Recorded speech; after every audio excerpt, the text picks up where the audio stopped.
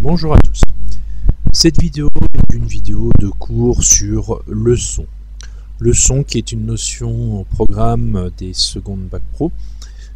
Dans cette vidéo, on verra la propagation du son, la fréquence d'un son, le niveau d'intensité acoustique, ainsi que les différents seuils de dangerosité et de douleur en lien avec le niveau d'intensité acoustique.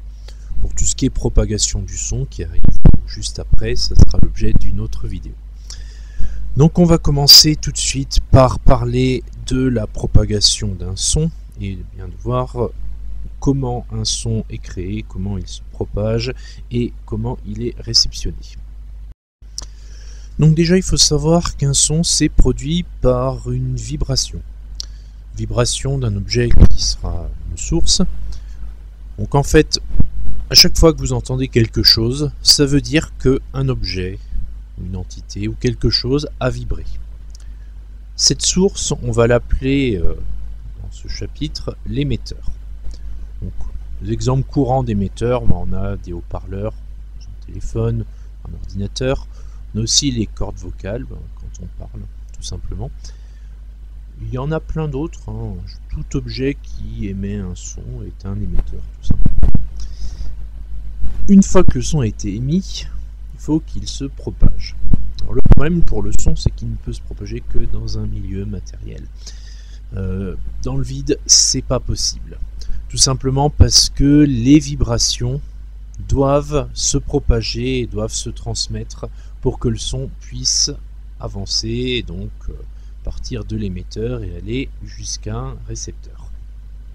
Et le récepteur, parlons-en, c'est tout simplement l'entité qui va réceptionner les vibrations et les interpréter pour en comprendre quelque chose. Donc c'est par exemple l'oreille, et ça peut aussi être un microphone. Donc ça c'est vraiment la base sur la propagation d'un son. C'est une chose qu'il faut bien comprendre au début du chapitre, c'est ça. En allant un peu plus loin, on va parler de fréquence et de période. Donc la fréquence d'un son, c'est ce qui va représenter sa hauteur, c'est-à-dire si le son est aigu ou grave. L'unité de la fréquence, c'est le Hertz, pointage Z. Alors il faut savoir que l'oreille humaine, elle est capable de percevoir des sons dont la fréquence va être comprise entre 20 Hz et 20 kHz. Certaines personnes peuvent avoir une plage un peu plus large, d'autres un peu plus restreinte. Ça varie avec l'âge, mais globalement entre 20 Hz et 20 kHz, je suis à peu près sûr que n'importe quel humain non sourd va pouvoir les entendre. J'ai parlé de fréquence, il y a aussi la notion de période. Donc les deux sont liés, puisqu'en fait la fréquence c'est 1 divisé par la période. Et la période, eh bien on va la visualiser sur un oscillogramme. Donc voilà un oscillogramme, qui est beau. C'est un oscillogramme qui est fait avec un logiciel que je vais vous présenter juste après. Là ce qui est important de voir c'est en fait le T que j'ai marqué en rouge. Alors, ça en fait c'est notre période. En fait un oscillogramme il y a des motifs identiques qui se répètent. La période c'est tout simplement la durée d'un motif.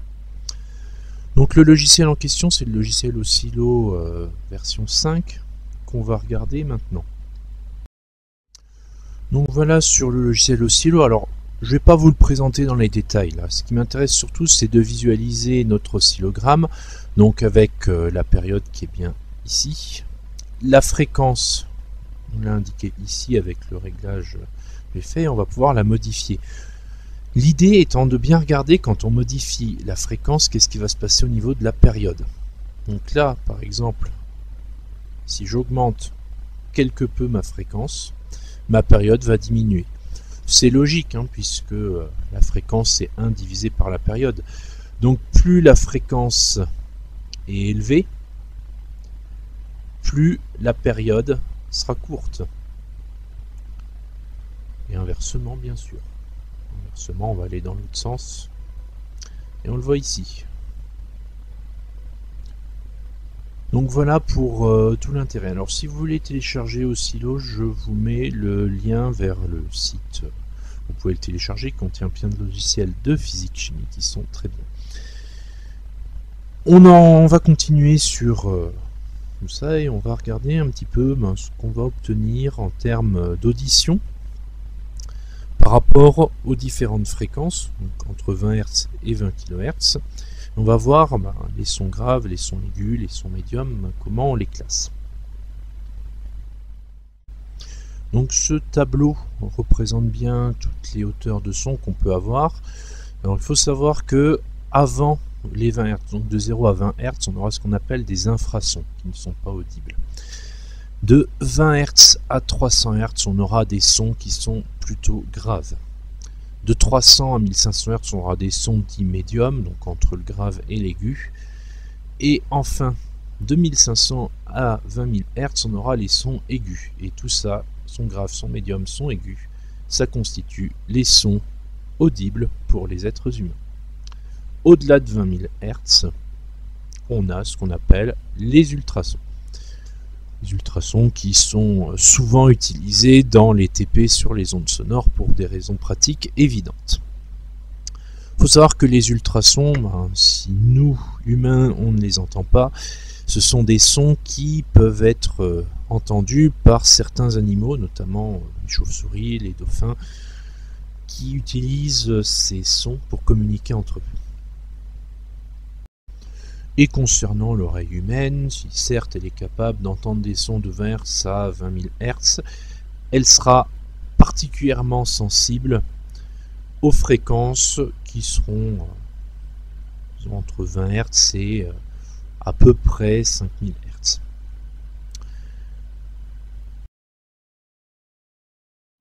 On refait un tour sur Oscillo, puisque pour l'instant je ne vous ai parlé que de sons constitués d'une seule fréquence. C'est ce qu'on appelle des sons purs, avec un oscillogramme complètement sinusoïdal. La plupart des sons ne sont pas des sons purs. Ce sont tout simplement des sons composés de plusieurs fréquences. Et plusieurs fréquences, eh bien, si on en met, ce que je suis en train de faire, on va perdre le caractère sinusoïdal pour avoir quelque chose qui n'est absolument pas formé d'une sinusoïde. Mais, regardez bien, on conserve quand même les périodes. Ça, c'est encore important de bien le noter. Donc, pour bien visualiser, on modifie un peu le réglage, voilà. Donc là, on a un son dit complexe, donc non sinusoïdal, mais encore périodique. Donc bien retenir qu'un son pur, ça a la forme d'une sinusoïde quand on le regarde sur un oscilloscope. Par contre, un son complexe, ça reste périodique, mais n'est pas une sinusoïde. Donc maintenant qu'on a bien parlé de la fréquence d'un son, on va maintenant parler de l'autre physique qui est en lien avec le son, c'est le niveau d'intensité acoustique. Alors le niveau d'intensité acoustique, parfois on le note avec grand L. Il faut savoir que son unité, c'est le décibel qu'on note dB. On le mesure avec un sonomètre. Alors, si vous voulez voir l'utilisation d'un sonomètre, je vous conseillerais de regarder la vidéo de TP sur le sonomètre. Sachez que les sonomètres, vous pouvez en trouver relativement facilement sous forme d'application pour téléphone. Donc, plutôt que d'acheter un appareil dédié, si vous avez besoin d'un sonomètre un jour, un téléphone vous donnera quelque chose de relativement correct. Pour le niveau d'intensité acoustique, il faut savoir que plus le son est fort, plus l'intensité acoustique sera élevée. En gros, concrètement, plus le volume d'un son est fort, plus l'intensité sonore est élevée, ce qui est assez logique. On va pouvoir classer tous les sons par rapport à leur niveau d'intensité acoustique. Et il y a beaucoup de choses à dire dessus, puisqu'il faut savoir qu'au niveau de l'oreille interne, le corps humain, si les cellules sont trop sollicitées par une intensité acoustique trop importante, elles vont être détruites. Et comme elles ne peuvent pas se renouveler, ça va poser un petit problème en fait. Non, vous pouvez devenir sourd si vous êtes exposé à des sons trop forts. Alors ça se fait pas d'un coup, ça se fait pas n'importe comment, ça se fait pas sur n'importe quel niveau d'intensité acoustique. Donc il faut savoir que on a différents niveaux qui vont être à repérer, notamment le niveau à 85 décibels où au-delà on est dans ce qu'on appelle un seuil de dangerosité. Et ensuite il y a un seuil à 120 décibels où là c'est carrément un seuil de douleur, parce que à ce niveau-là, les cellules commencent à se détruire et donc vous avez mal.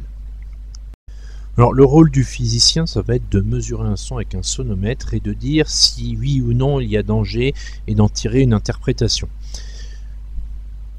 Quand on est en dessous de 85 décibels, pas de danger, limite un risque de fatigue, mais pas de danger, vous pouvez écouter des sons jusqu'à 85 décibels toute la journée si vous voulez, vous risquez rien. Bon, si ça s'approche des 85 décibels, ça risque de vous fatiguer, notamment entre 70 et 85, où là on a quand même de la fatigue. Déjà au-delà de 60 décibels, on fatigue déjà un peu, mais plus on se rapproche de 85, plus la fatigue auditive va être grande. Qui dit fatigue auditive, dit fatigue au sens général. Donc quand même à éviter, mieux vaut être dans le calme. Si on dépasse 85 décibels, mais qu'on est en dessous des 120 décibels, là on va être dans un seuil dit de dangerosité. Où en fait, plus on va rester exposé au son, plus ça va devenir dangereux. Donc concrètement, vous entendez un son de 90 décibels pendant 10 minutes, c'est pas un problème. Par contre, si pendant 10 minutes vous entendez un son de 110 décibels, là ça risque d'être un peu plus dangereux. En fait, plus le niveau d'intensité acoustique est élevé, plus la durée d'exposition à ce son doit être faible. Tout ça pour rester dans un niveau acceptable pour l'oreille et ne rien risquer au niveau de la santé. Si on dépasse 120 décibels, là le temps limite c'est 0 secondes, donc mieux vaut éviter. Les risques, c'est destruction des cellules auditives, donc risque de surdité. Ça peut aussi être un vieillissement prématuré de l'oreille, donc du coup une restriction des capacités de l'oreille à entendre les sons. Donc ça nécessite quand même une certaine vigilance. Il y a des solutions pour se prémunir de tous ces effets destructeurs. Ce sera des éléments qui seront vus dans le chapitre qui va suivre. Et ce chapitre qui arrive, c'est sur la propagation du son et on verra notamment les meilleures façons d'isoler quelque chose, donc de réduire le niveau d'intensité acoustique et donc de se protéger.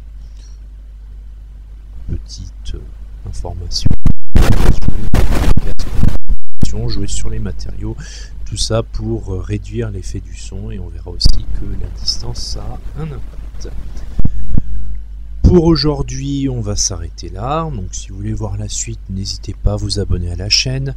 Alors, il y aura la suite de ce cours sur l'acoustique avec la propagation du son, mais il y aura également des vidéos de TP qui arriveront sur la chaîne. Et bien entendu, des vidéos de mathématiques, des vidéos pour les autres niveaux. Vous commencez à connaître un peu la chaîne. Si vous ne la connaissez pas, n'hésitez pas à regarder tout ce qui est proposé.